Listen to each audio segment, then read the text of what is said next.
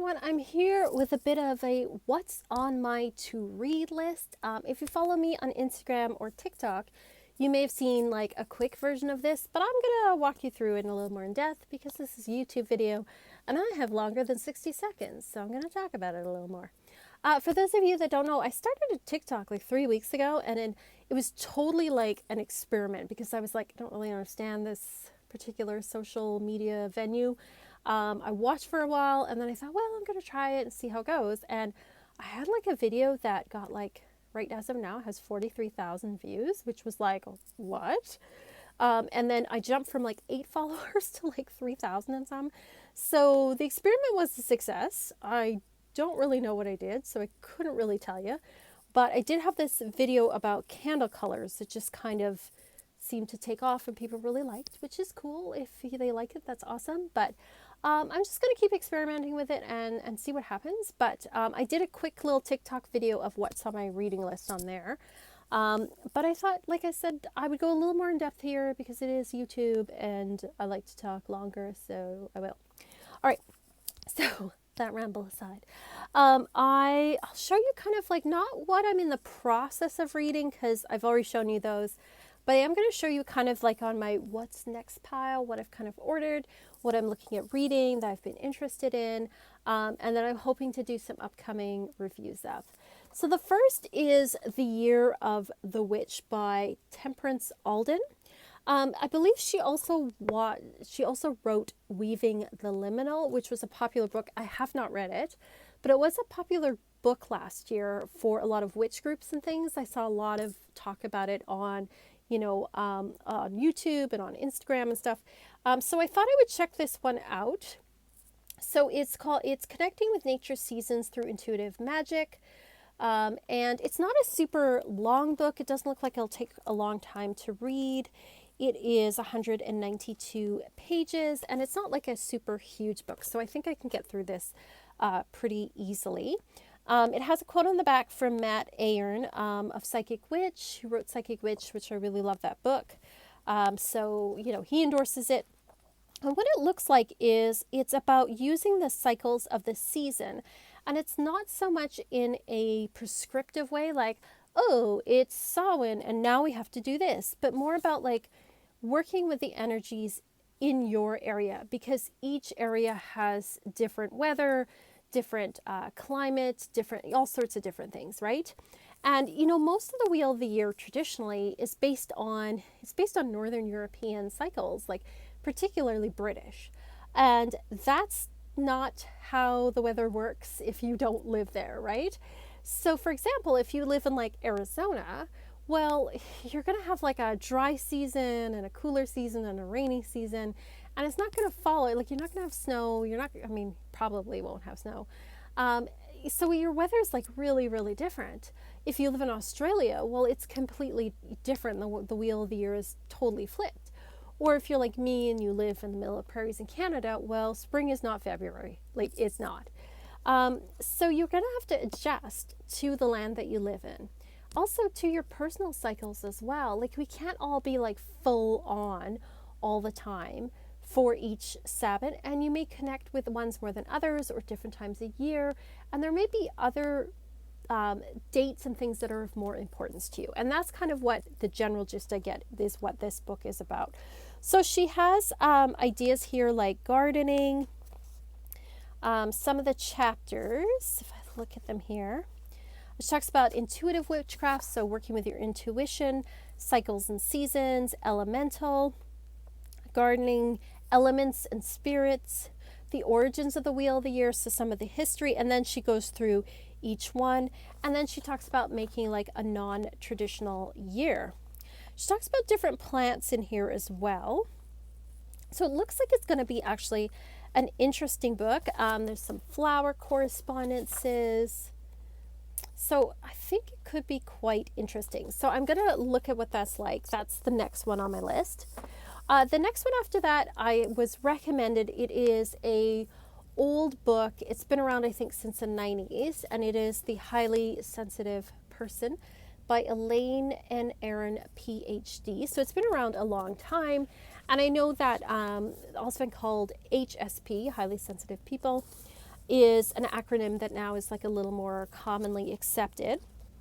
And so this is one that really talks about how some of us are just a little more sensitive than others, and sensitive to everything from not just like emotionally sensitive, but also like sensitive to things like noises and light and to overwhelm and chaos and things. And definitely I fall into that category. In fact, like I did have like a psychologist once say like, you need to read this book because you are definitely a sensitive person. And some people are just more sensitive than others. And we're all like sensitive on a continuum. Like it's not like you're a sensitive person or you're not. It's like, where are you on this continuum? So it looks like an interesting book. Again, it's the 90s, so some of it might be a little bit dated, but I think that the overall message and the overall idea of it, I think, is quite good. I did start reading it a little bit. I took the little quiz and stuff, and I definitely fall into that category. And it's really about just accepting yourself and knowing what your limitations are, and that they might be a little bit different than others. I mean, I know there's been a lot of talk, especially in the last 10 years, about introverts. Sensitive people are not necessarily introverts, but there does seem to be a correlation with a lot of people. So I look forward to reading that. The next book I have on the list is A Handbook for New Stoics, How to Thrive in a World Out of Our Control by Massimo, I'm going to butcher this last name, Pigliucci? I could be wrong. I'm sorry if that's your last name and I've butchered it. And Gregory Lopez, at least that one's easy to say, right? So this is put into like 52 weekly lessons, and I don't think I'm necessarily going to do this way, but I am going to read it. I really have been interested in Stoicism, which is an ancient philosophy that really resonates with me, and it's gaining popularity because we've been through and we're still in a time where things are very uncertain, and we live in a world that we can't control all the time. I mean, and that's not new, but I think it really, with the pandemic and then with politics and everything, I think it just really brought that home to a lot of people as, we don't control everything.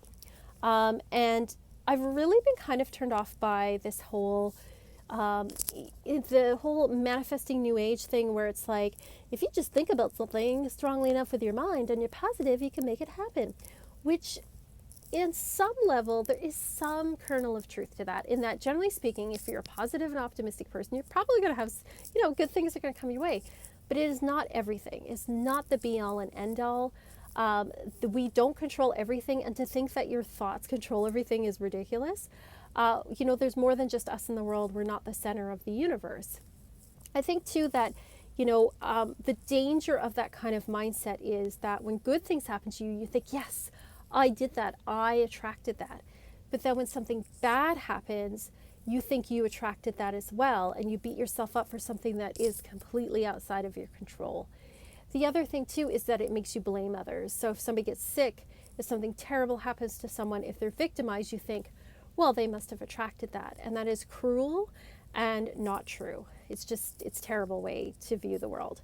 And with Stoicism says that shit happens, but how do you react to it? You cannot control what other people do or what happens in the outside world, but you do control how you respond to it. That's always in our hands.